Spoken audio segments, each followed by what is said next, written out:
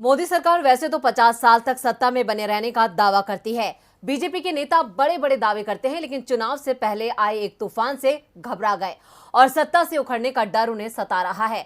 जी हां, बीजेपी तूफान से डर गई है और किसी नुकसान से बचने के लिए ज्योतिषियों की सलाह ले रही है।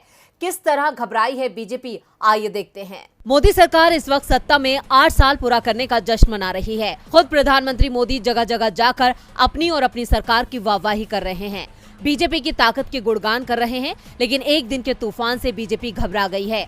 आप जानते हैं कि बीते सोमवार को दिल्ली एनसीआर में काफी तेज आंधी तूफान आया था और इससे काफी तबाही भी हुई। कई बड़े बड़े पेड़ उखड़ गए।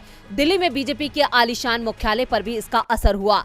आंधी से बीजेपी कार्यालय को काफी नुकसान हुआ, जिससे कई बीजेपी नेता चिंता में पड़ गए हैं और खबर यह है कि वो ज्योतिषों के पास पहुंच गए। ऐसा लग रहा है कि तूफान से नेताओं को किसी अनहोनी की चिंता सता रही है।